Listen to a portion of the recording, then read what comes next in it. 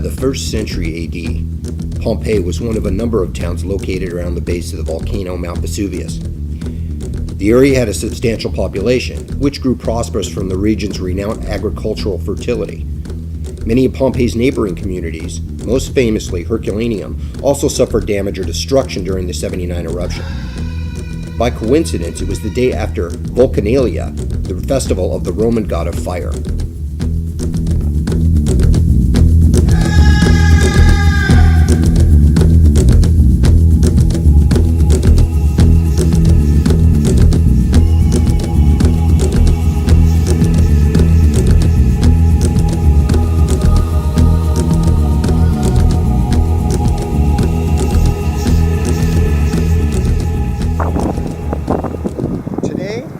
Jeff and Judy are in Naples, Italy.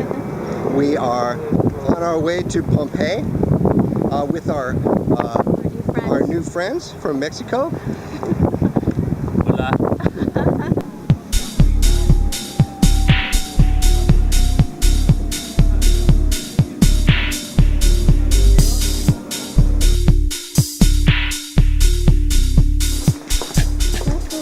Pompeii.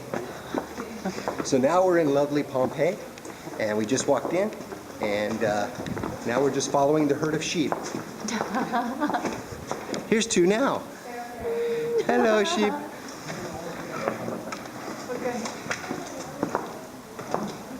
Fun train ride? Yes, it was a bit long.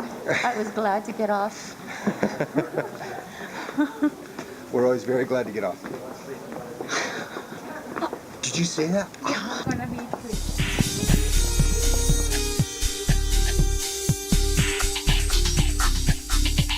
So what do you think so far? Very nice. We want to see the dead dog. Pregnant people. The pregnant woman and the dead one.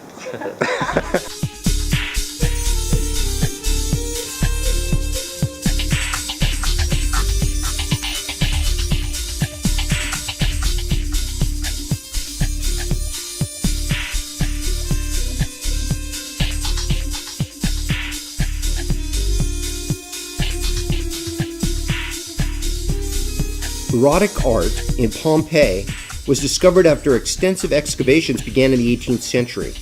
The city was found to be full of erotic art and frescoes, symbols, and inscriptions regarded by its excavators as pornographic. Such imagery and items indicates that the sexual mores of the ancient Roman culture of the time were much more liberal than most present-day cultures. A characteristic Pompeian house, you would see a rectangular entry court called an atrium, open to the sky and lavishly decorated with mosaics, marbles, statues, and paintings. There was frequently a basin in the center to catch rainwater. Around the court, there was usually small sleeping cubicles for members of the family. They were quite simple since most of the daytime activities took place in other rooms.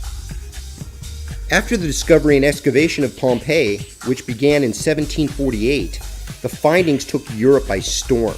The so-called Pompeian style of frescoes on a red or black background became an overnight sensation. So what do you think of Pompeii, Judy? It's nice. It's a big city. We got lost in Pompeii. Yeah, it is enormous, and the scope of it is really amazing that they actually cleared out, who knows how high the ash was piled up here. So they actually cleared out, a mile by 2 miles of ash out of this whole area.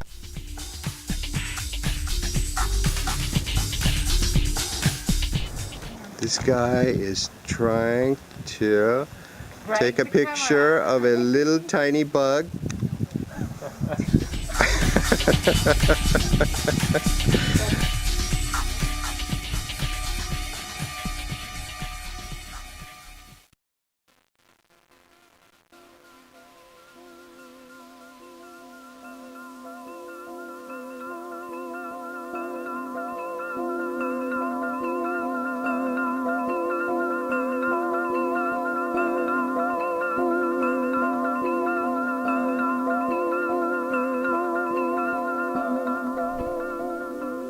A recent anthropological study of the eruption indicates that at Vesuvius and surrounding towns, heat was the main cause of death of people, previously supposed to have died by ash suffocation. The results of this study show that exposure to at least 250 degrees centigrade surges at a distance of 10 kilometers from the vent, which was sufficient to cause instant death, even if people were sheltered within buildings. The people and buildings of Pompeii were covered in up to 12 different layers of soil, which was 25 meters deep, that rained down for about 6 hours.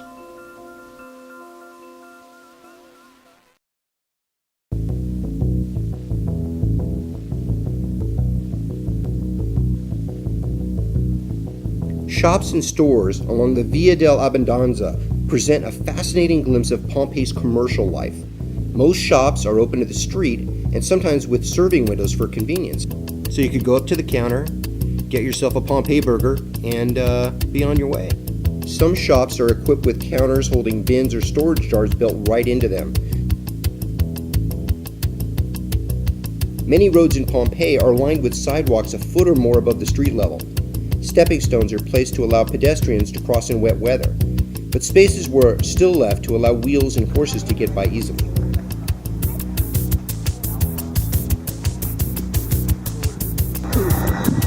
So we're in Naples. We just finished with Pompeii. Pompeii was amazing. Huge, man. You couldn't even. We really only covered about half of it. It was so big. And before we ran out of steam. A lot of walking. Back to the boat it is, and let's get something to eat. Yes, I actually feel hungry. This is the first time in 11 days that we felt hungry. And we're here at the port now, I think. Are we? I don't know. We're getting close. You can smell the beer.